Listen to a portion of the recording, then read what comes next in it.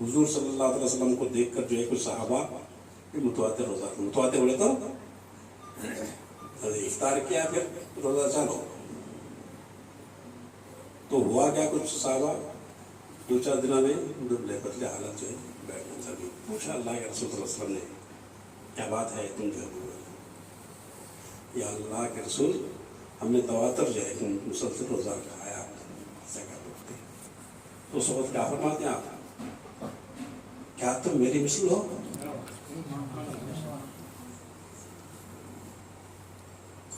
میری سحر و افطار میرے اللہ کے پاس ہوتا ہے.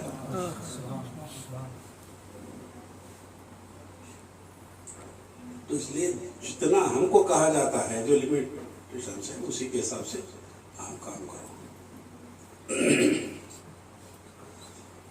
اور خوب جان لو تمہارے درمیان رسول اللہ تشریف فرمائیں اگر وہ مان لیا کریں تمہاری بات اکثر معاملات میں تو تم مشقت میں پڑ جاؤ.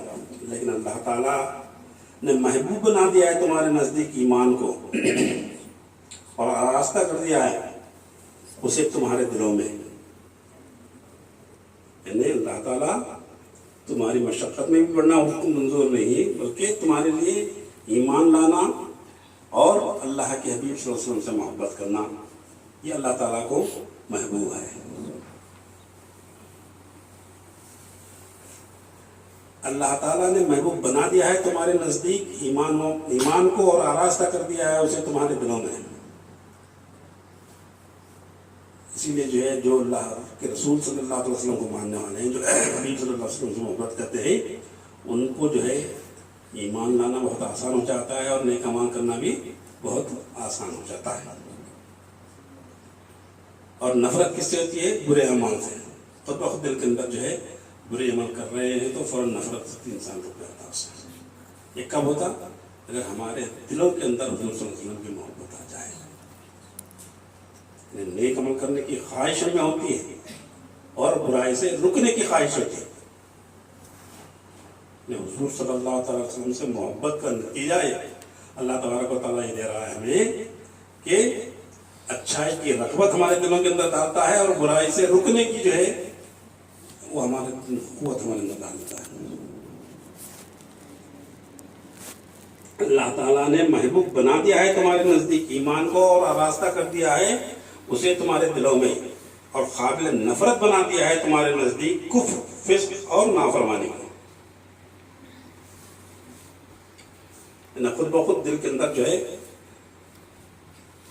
ان تمام برے کاموں سے کفر سے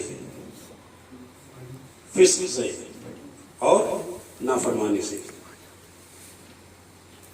بچاتا ہے پروردگار. تمہارے دلوں کے اندر اس کی نفرت پیدا کر دیتا ہے ان برے کاموں کی اور اچھے کاموں کی محبت عطا فرماتا ہے. اس لیے کہ تم اللہ کے حبیب صلی اللہ علیہ وسلم کا ادب کرتے ہو اللہ کے حبیب سے محبت کرتے ہو.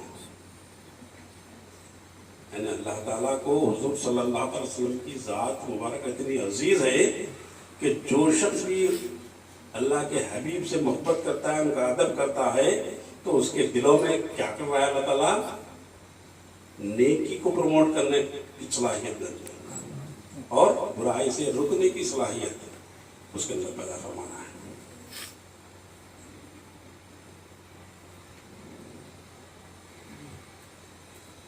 فضلا من اللہ ونعمتا واللہ علیم حکیم. یہ سب کچھ محض اللہ کا فضل ہے. کہیں تم ایسا نہ سمجھو کہ ہم نے کوئی نیک کام کر رہے ہیں تو بہت بڑا تیر کریں گے. یہ اللہ کا کرم ہے. یہ سب کچھ محض اللہ کا فضل ہے اور انعام ہے اور اللہ سب کچھ جاننے والا بڑا دانا ہے.